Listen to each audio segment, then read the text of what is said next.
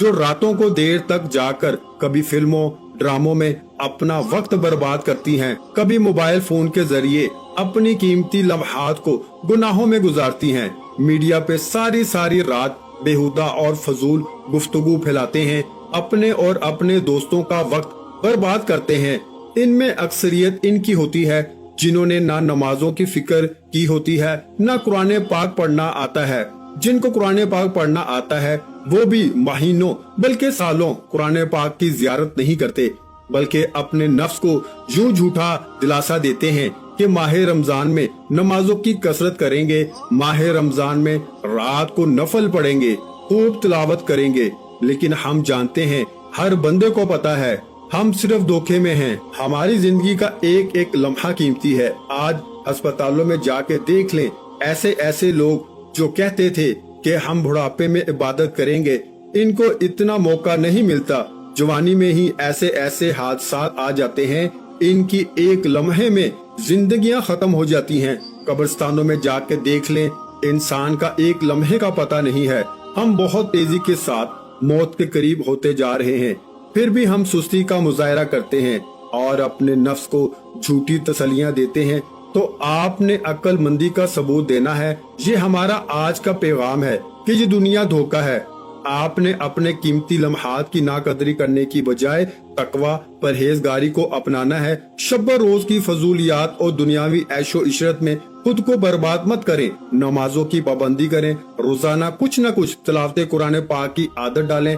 اللہ کریم نے جن کاموں کا حکم دیا ہے ان کی ادائیگی میں سستی نہ کریں، نیکیوں میں مشغول ہو جائیں، اور اللہ پاک نے جن چیزوں سے منع کیا ہے ان سے منع ہو جائیں۔ آج دیکھ لیں، ہمارے معاشرے میں سود عام ہے، لوگ ذلیل و خوار ہو رہے ہیں۔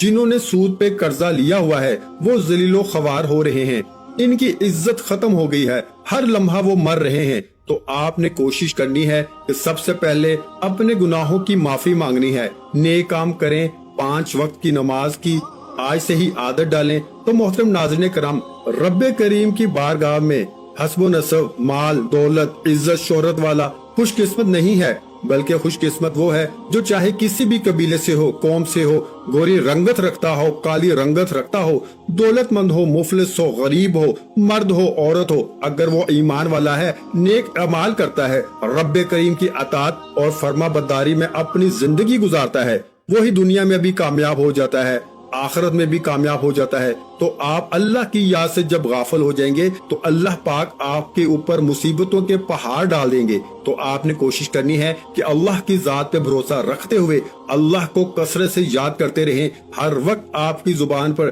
اللہ کا ورد جاری ہونا چاہیے۔ کوشش کریں ہر وقت اللہ کا شکر ادا کریں۔ اور آپ نے یہ وظیفہ کیسے کرنا ہے اس کی تفصیل آپ اچھے طریقے سے ذرا سمجھ لیں۔ آپ کسی بھی نماز کے بعد اس عمل کو کر سکتے ہیں۔ نماز کے بعد آپ کو وقت نہیں ملا، آپ کسی بھی وقت اس عمل کو شروع کر سکتے ہیں، لیکن بہترین جو ٹائم ہے وہ عشاء کی نماز ہے، کیونکہ وہ قبولیت کی گھڑیاں ہوتی ہیں۔ پورے دن میں ایک وقت ایسا ہوتا ہے جس میں قبولیت کا امکانات بڑھ جاتے ہیں۔ تو علماء نے لکھا ہے کہ وہ جو وقت ہے وہ عشاء کے بعد کا وقت ہے۔ تو آپ نے سب سے پہلے عشاء کی نماز ادا کر لینی ہے۔ عشاء کی نماز ادا کرنے کے بعد آپ نے اسی جگہ پہ بیٹھ جانا ہے اور اعوذ باللہ من الشیطان الرجیم اور بسم اللہ الرحمن الرحیم پڑھ لینی ہے، اور اس کے بعد آپ نے درود شریف پڑھ لینا ہے۔ آپ درود ابراہیمی پڑھ لیں یا چھوٹے سے چھوٹا درود صلی اللہ علیہ وآلہ وسلم پڑھ لیں۔ ایک مرتبہ میرے ساتھ بھی ثواب کی نیت سے درود پاک پڑھ لیں۔ اللہم صلی علی محمد وعلی آل محمد کما صلیت علی ابراہیم وعلی آل ابراہیم انکا حمید مجید۔ اللہم بارک علی محمد وعلی آل محمد کما بارکت علی ابراہیم وعلی آل ابراہیم انکا حمید مجید۔ درود پاک پڑھنے کے بعد اور وہ 3 لفظ کون سے ہیں، اس سے پہلے میں آپ کو بتا دوں کہ اس وظیفے کی اجازت میرے ان تمام بہن بھائیوں کو ہے جو ویڈیو کو مکمل دیکھیں گے۔ آپ اس عمل کو کرنا چاہتے ہیں، ویڈیو کو آپ نے ایک دفعہ مکمل دیکھ لینا ہے۔ آپ نے اس کی ایک تسبیح پہلے بیٹھ کے کر لینی ہے۔ آپ کی کتنی بھی مشکل سے مشکل حاجت کیوں نہ ہو، ہر مشکل ہر حاجت آسان ہو جائے گی، آپ کی منٹوں میں چٹکیوں میں پوری ہو جائے گی۔ ہر مشکل ہر پریشانی کا فوری حل ہو جائے گا۔ آپ کے اوپر لاکھوں کا کروڑوں کا قرض ہے، اللہ پاک ایسے ایسے اسباب پیدا کریں گے وہ ادا ہو جائے گا۔ آپ بے روزگار ہیں، آپ کو روزگار مل جائے گا۔ آپ بے اولاد ہیں، آپ کو اولاد مل جائے گی، اچھے رشتے چاہیے، اچھے رشتے مل جائیں گے، کاروباری مشکلات ہیں، کاروباری مشکلات ختم ہو جائیں گی۔ تو آپ نے ایک تسبیح جو پڑھنی ہے وہ یہ ہے، یا فتاح یا وہاب یا رزاق، یا فتاح یا وہاب یا رزاق، ان 3 ناموں کی ایک تسبیح پڑھ لینی ہے۔ اس کے بعد آپ نے دوبارہ پھر درود شریف پڑھ لینا ہے۔